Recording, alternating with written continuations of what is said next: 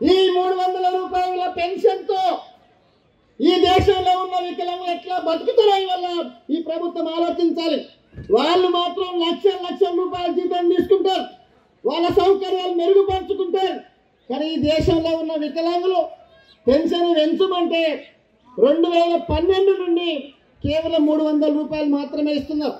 ఈ 300 రూపాయలతోటి వికలాంగుల జీవితాలు మారే అవకాశం లేదు.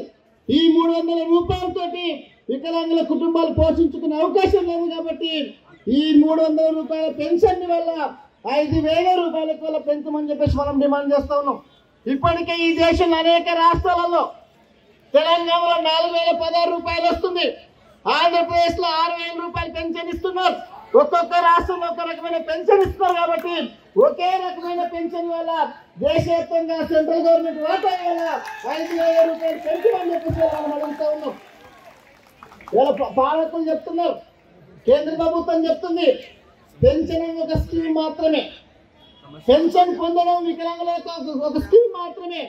మనం అడుగుతున్నాం నరేంద్ర మోడీ వల్ల పెన్షన్ స్కీమ్ మాత్రమే కాదు, పెన్షన్ పొందడం మా హక్కుల వల్ల మార్చి పార్లమెంట్ లో చట్టం చేయమని చెప్పేసి నరేంద్ర మోడీని అడుగుతా ఉన్నాం. కానీ వాళ్ళు వాటి గురించి ఆలోచించట్లే. నరేంద్ర మోడీకి వల్ల ఈ దేశంలో ఉన్న వికలాంగుల గురించి అవసరం లేదు. ఇవాళ అనేక మందికి అనేక రకాల చట్టాలు చేస్తున్నారు. కానీ ఈ వికలాంగుల గురించి, వికలాంగుల సంక్షేమం కోసం, వికలాంగుల పెన్షన్ మీద వల్ల నరేంద్ర మోడీ ప్రభుత్వం ఆలోచించవలసినటువంటి అవసరం ఉంది. అట్లాగే మిత్రులారా, ఇవాళ ప్రభుత్వ రంగ సంస్థలు ఉన్నాయి కాబట్టి వికలాంగుల రిజర్వేషన్స్ వస్తున్నాయి. కానీ నరేంద్ర మోడీ ఏం చేస్తున్నాడు? రైల్వేని అమ్మేస్తున్నాడు, ఎల్ఐసిని అమ్మేస్తున్నాడు, బిఎస్ఎన్ఎల్ అమ్మేస్తున్నాడు. ప్రభుత్వ రంగ సంస్థల్ని మొత్తం ఇవాళ అమ్మేయడం కోసం నరేంద్ర మోడీ ప్రభుత్వం ప్రయత్నం చేస్తుంది.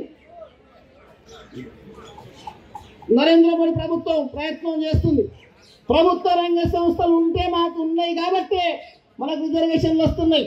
రిజర్వేషన్లు లేకపోతే ఇవాళ వికలాంగుల జీవితాలు మొత్తం ఆగబెట్టేటువంటి పరిస్థితి వస్తూ ఉంది. అందుకే రిజర్వేషన్లు ఉండాలన్నా, మనకు ఉద్యోగాలలో మన వాటా మనకు రావాలన్నా ఇవాళ ప్రభుత్వ రంగ సంస్థలు ఉండాలి. కానీ నరేంద్ర మోడీ మొత్తం ఒక్కొక్క ప్రభుత్వ రంగ సంస్థలు మొత్తం అమ్మేయడం కోసం ప్రయత్నం చేస్తున్నాడు. మనం అడుగుతున్నాం, ఇవాళ ప్రభుత్వ రంగ సంస్థలు అమ్మేస్తున్నావు కదా, మరి ప్రధానమంత్రి పదవిని గిట్టే వల్ల ప్రైవేట్ వాళ్ళకి ఇచ్చే దమ్ము నీకుందా అని చెప్పేసి నరేంద్ర మోడీని మనందరం అడగదలుచుకున్నాం. అంటే వాళ్ళు మాత్రం ప్రభుత్వ రంగం ఉండాలి, వాళ్ళ అనుభవించడం కోసం ప్రభుత్వ రంగం ఉండాలి. కానీ ప్రభుత్వ రంగ సంస్థలు మొత్తం అమ్మేయాలని చెప్పేసి చూస్తే గత నెల రోజుల నుండి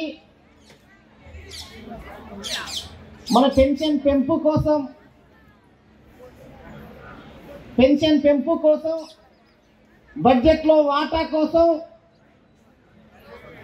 అందరికీ ఒకే రకమైనటువంటి పెన్షన్ ఇవ్వాలనే డిమాండ్ మీద ఈ ధర్నా కార్యక్రమంలో పాల్గొనడం కోసం దేశవ్యాప్తంగా అనేక రాష్ట్రాల నుండి వేలాది మంది వికలాంగులు ఇక్కడికి వచ్చారు. నరేంద్ర మోడీ గారిని అడుగుతా ఉన్నాం మనం ఇవాళ. నరేంద్ర మోడీ గారి వల్ల చాలా రకాల అంశాల పట్ల చాలా విషయాలు ప్రచారం చేసుకుంటున్నారు.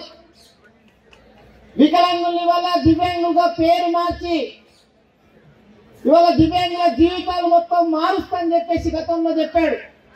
కానీ నరేంద్ర మోడీ ప్రధానమంత్రి మూడోసారి అయిన తర్వాత కావచ్చు 11 ఏళ్ళు అవుతుంది నరేంద్ర మోడీ ప్రధానమంత్రి అయ్యి.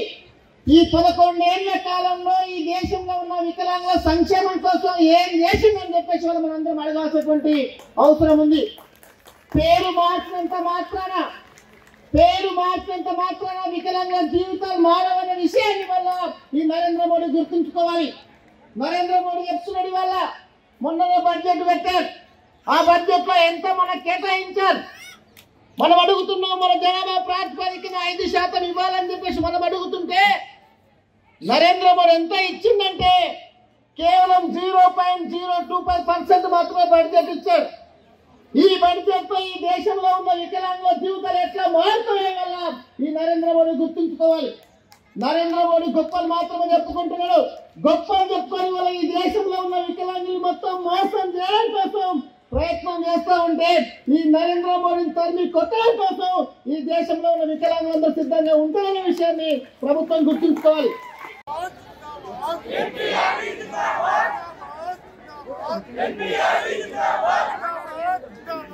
పెన్షన్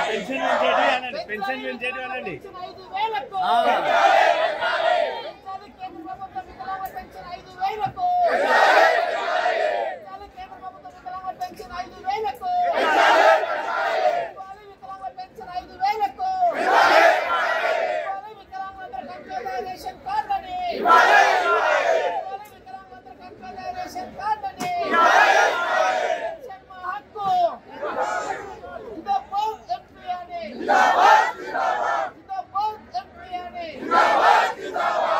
వికలాంగుల పెన్షన్ 5,000కు వికలాంగుల పెన్షన్ 5,000కు